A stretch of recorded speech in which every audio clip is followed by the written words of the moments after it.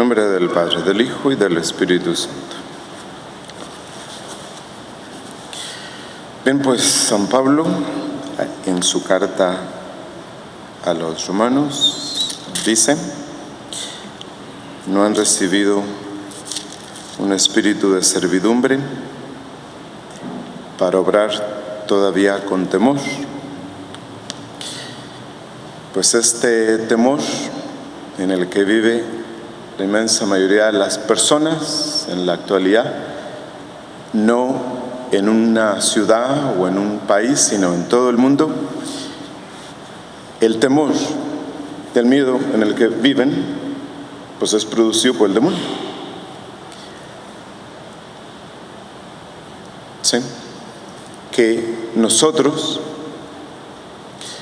hayamos contribuido con nuestros impuestos a crear el problema, y luego China, con todas sus mentiras, haya contribuido a que todo se desparramara. Esa es una cosa, porque en los últimos 3 meses hemos sido testigos del peor crimen en contra de la humanidad, del que nadie ha dicho nada. Eso es una cosa. Pero más serio que el crimen, pues es el miedo que promueven. Porque todos los medios de comunicación existen solo para promover el terror. Entonces, mucha gente se ha muerto del miedo. Que el miedo es causado por el demonio, tal forma que el demonio ha tenido libertad casi sin límites en la actualidad para asustar a las personas. Si hay miedo, pongan ustedes, podemos decir que está bien que la gente común tenga miedo, pero los cristianos,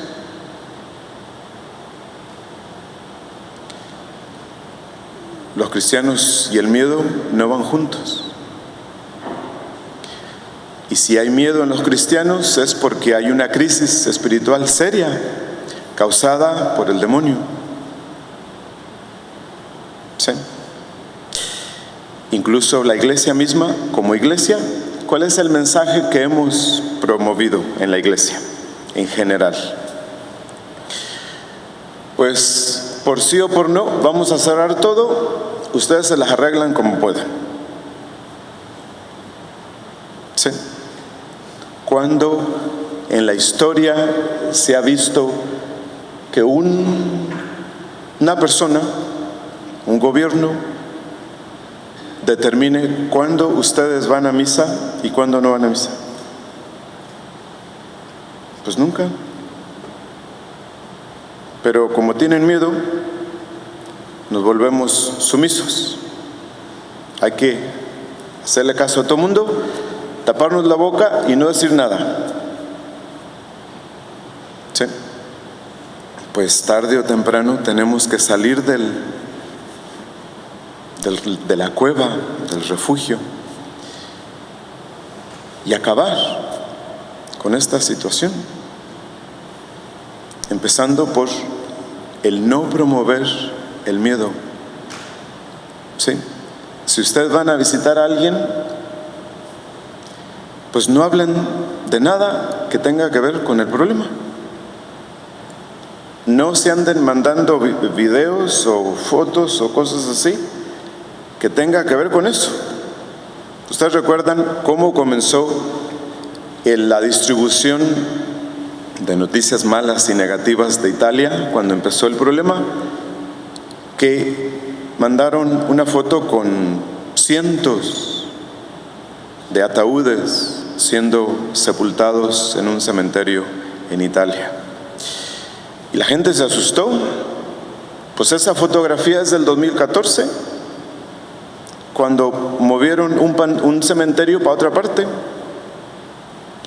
Pero la gente la vio y dijeron, pues, ¿verdad? Ya la muerte anda cerca. Pues no, nada que tenga que ver con el temor, el miedo, tenemos nosotros necesidad de promoverlo. Porque el mensaje que la Iglesia ha promovido en la actualidad, en los últimos 3 meses, es que la salud física importa más que cualquier otra cosa. Pues no tiene uno que ser iglesia para decir eso. Cualquier presidente municipal puede decir eso. La iglesia debería reforzar. Imagínense, no estamos nosotros confirmados. ¿Para qué sirve la confirmación? Para quitarnos el miedo, para enfrentarnos a la vida como es. No hemos, dice San Pablo, no hemos recibido un espíritu de servidumbre, porque todos ahorita esclavizados por el miedo. Lo que haga uno lo hacen todos. Lo que diga una persona, porque imagínense, un presidente municipal de Durango, presidente municipal de la Patagonia o de Indonesia, dicen exactamente lo mismo. ¿Por qué? Porque todos fueron entrenados para eso, como esclavos. Decir lo mismo, las mismas palabras. Pues eso es obra del mal. Es obra del mal. Para salir de esto hay que promover la fortaleza, la confianza en Dios. Porque el miedo nos hace ver en la otra persona un agente de la muerte. Que el otro no se me acerque, que no tosa, que no estornude delante de mí porque me va a matar. Y entonces la caridad.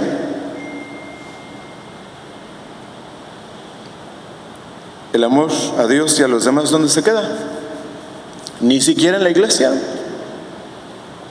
Imagínense sacerdotes, ¿verdad?, con todos como si fueran astronautas, repartiendo la comunión como si la sagrada forma del cuerpo de Cristo fuera un pedazo de basura.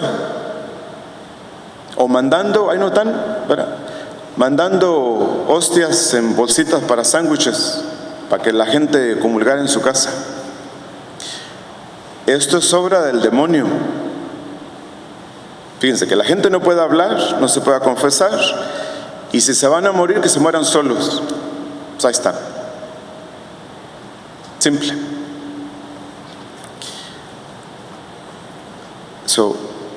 Hay que ver las cosas bien. Hay que pensar las cosas. Dice el Evangelio, comienza diciendo que había un hombre rico que tenía un mal administrador, que se supo que dilapidaba los bienes de su amo.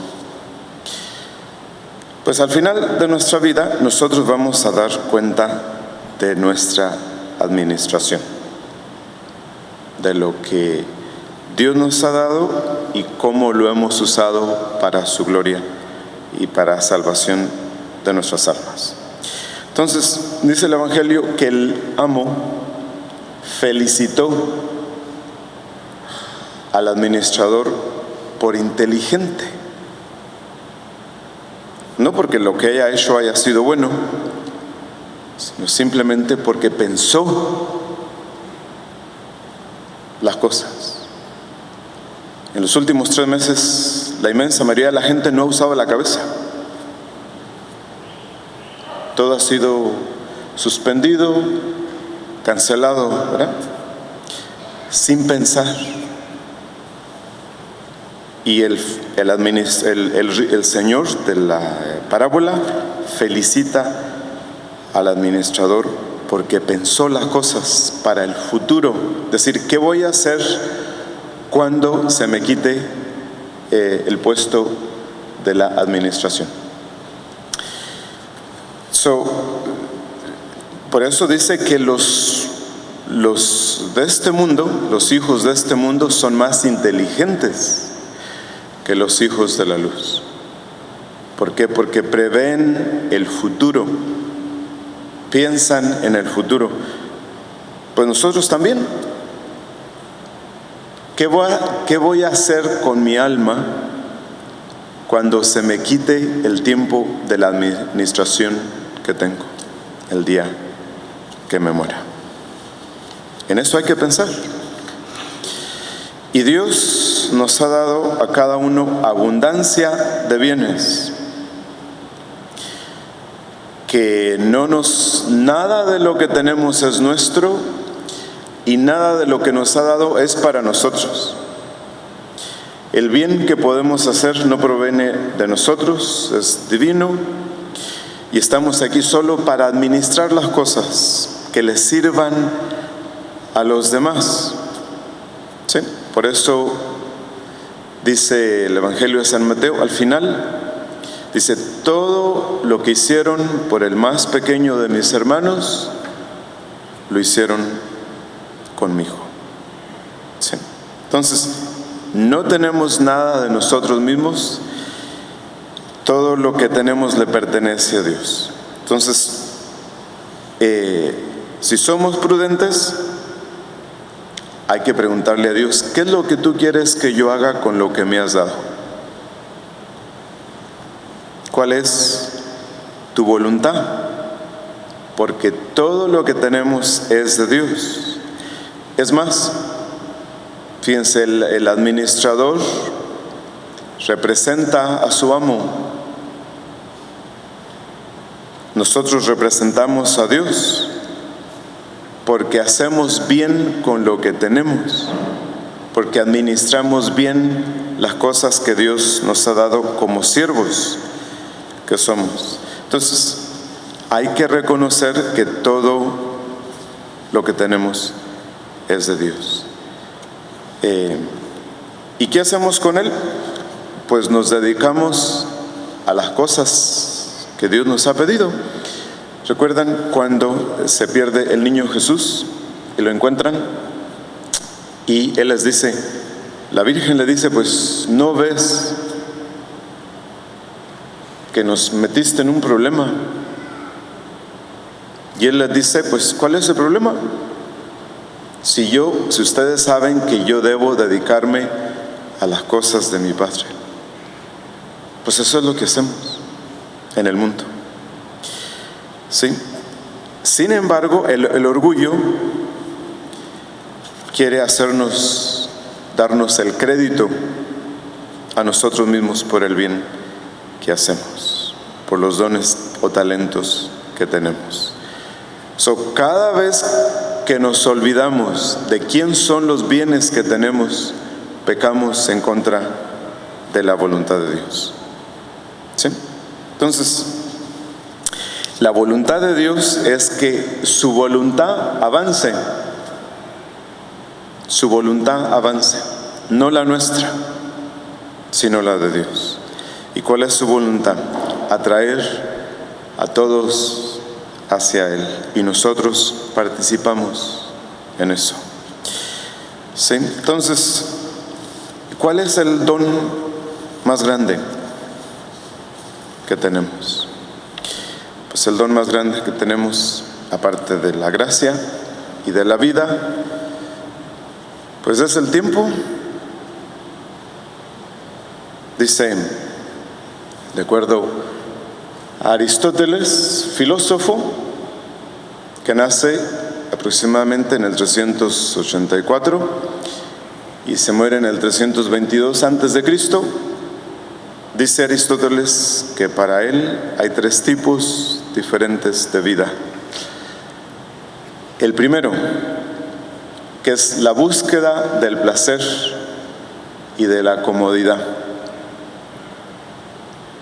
El segundo, la búsqueda del bienestar de los demás, que es lo que se conoce como política, que ya ahorita no es política, ¿verdad?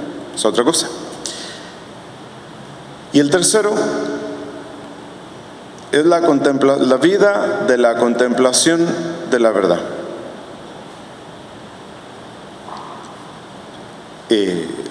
Aristóteles no menciona el trabajo para nada. Fíjense, el trabajo nunca fue parte de la vida de las personas hasta después de la Reforma con Lutero. Sí, después de Lutero pues está Calvino, y con Calvino pues viene después ya a lo que tenemos en la actualidad, que es el capitalismo. De acuerdo a Calvino, el hombre es para trabajar,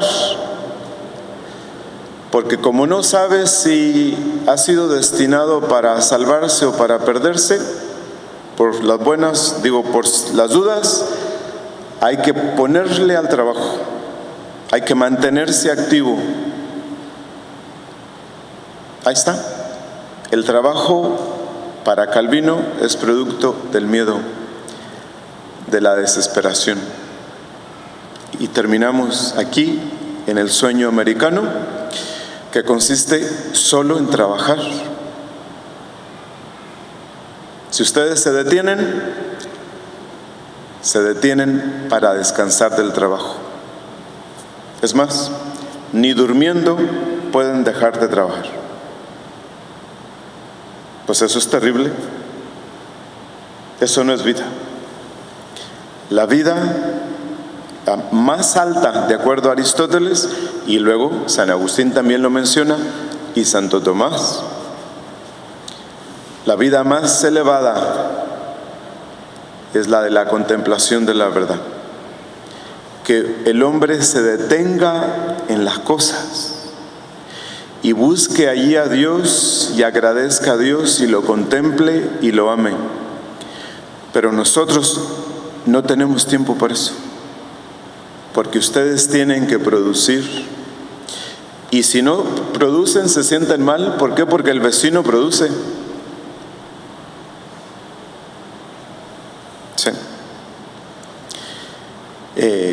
¿Cuánto? Fíjense, cuando ustedes entran prenden su computadora o ven su teléfono, ¿cuánto tiempo se demoran en ir de un sitio de la red a otro? Nada. No pueden perder el tiempo.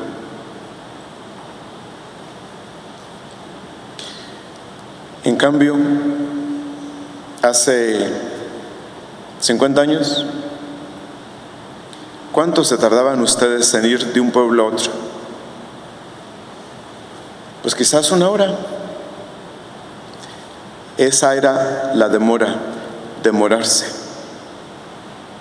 Y yo estoy seguro que en esa hora que duraba para ustedes ir de un pueblo a otro, ustedes aún recuerdan el olor o el aroma del campo, porque se demoraron.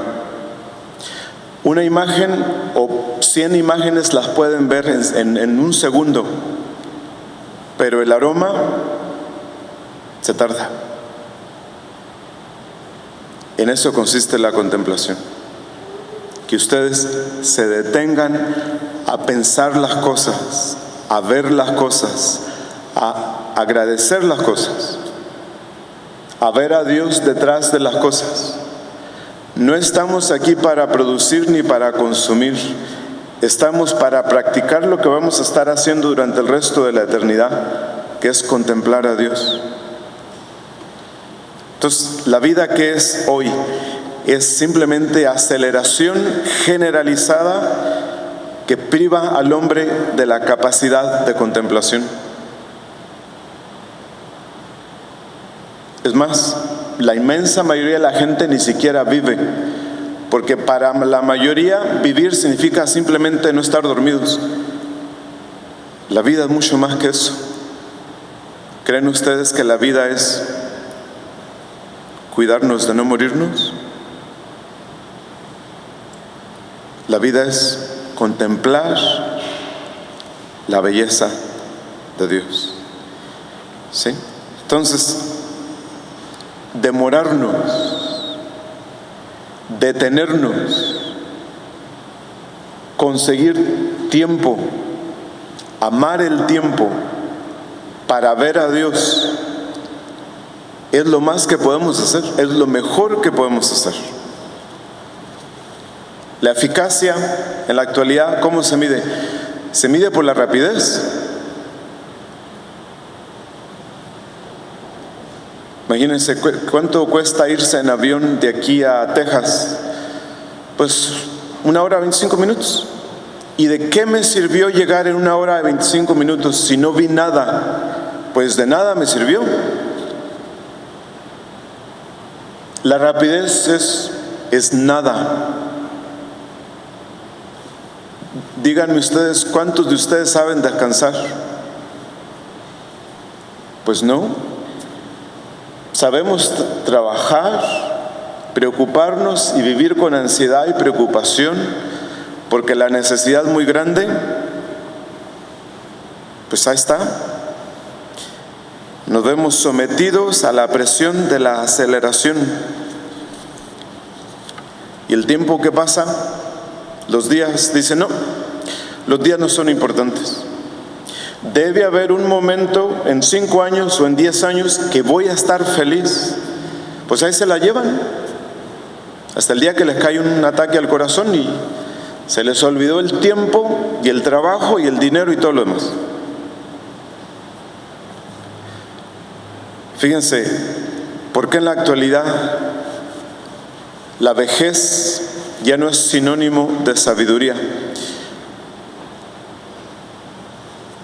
Pues porque el hombre se desconecta de su origen y queda reducido a la velocidad. Antes, yo estoy seguro que ustedes habrán conocido a alguien, los mayores de edad, que los viejos sabían de todo.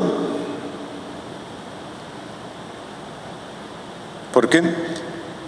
Porque tuvieron tiempo para detenerse, para demorarse, para valorar las cosas. ¿Sí? ¿Por qué creen que después de la Reforma, especialmente después de la Revolución Francesa, los edificios, las iglesias ya no tienen decoraciones? Porque ¿para qué detenerme en una iglesia? ¿Para qué detenerme en la calle a ver un edificio antiguo? Pues no tiene sentido, porque hay que trabajar. Pues ahí está. Sí. No hay nada que contemplar. Contemplar es pérdida de tiempo. Sí. Entonces, no es que nos falte tiempo. El tiempo nos ha perdido a nosotros. Y ahí están llenos de preocupaciones, de miedo y que cosas así. Pues no. No es importante si nos vamos a morir o nos vamos a morir, porque todo nos va a tocar. Lo que es importante es hacer que el tiempo se detenga y nosotros demorarnos en la contemplación de Dios. Y eso es todo. Por eso dice Aristóteles, la mayor felicidad brota del demorarse contemplativo en la belleza. Esta demora en las cosas, en la belleza, es lo que se conoce como teoría. Teoría es eso, detenerme en el tiempo, que las cosas duren. Y ahorita, díganme ustedes qué cosas duran. Lo único que ha durado es el virus, a pesar de que fue hecho en China, pero ha durado. Las otras cosas no, se compran, se usan, se tiran. ¿Qué compran ustedes cuando compran una impresora? Ustedes compran la tinta de la impresora. La impresora cuesta $9, la tinta cuesta casi $100. Pues ahí está. Pero nada dura. Por eso no hay sabiduría. ¿Sí? Entonces, uno de los mayores dones que tenemos es el tiempo. Hay que valorarlo, hay que usarlo bien y hay que agradecerlo.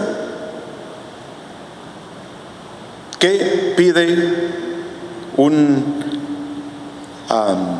condenado a la muerte en la cárcel? Pues tiempo. Sí, cada vez que voy a ver a un enfermo y que ya está en los últimos momentos de su vida, pues eso es lo que más les hace sufrir, de ya no tener tiempo.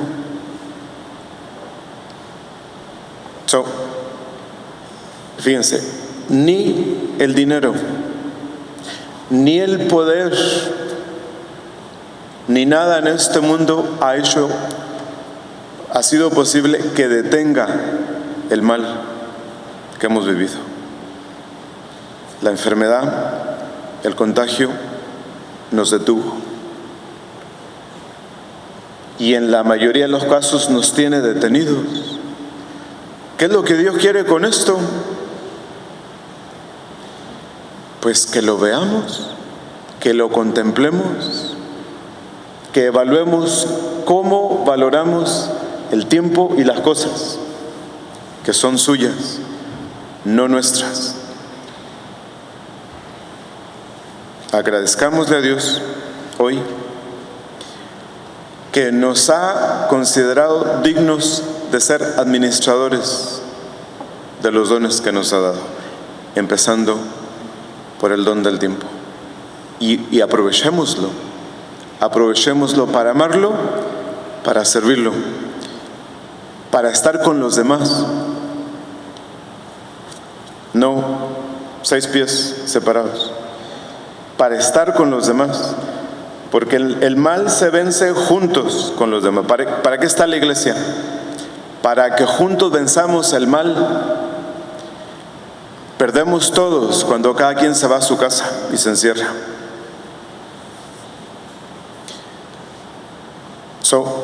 Pidámosle a Dios que nos ayude a erradicar el mal del temor, y que con la confianza en Él valoremos lo que tengamos, hagamos el bien con lo que tenemos, para su gloria y para la salvación de las almas. En nombre del Padre, del Hijo y del Espíritu Santo.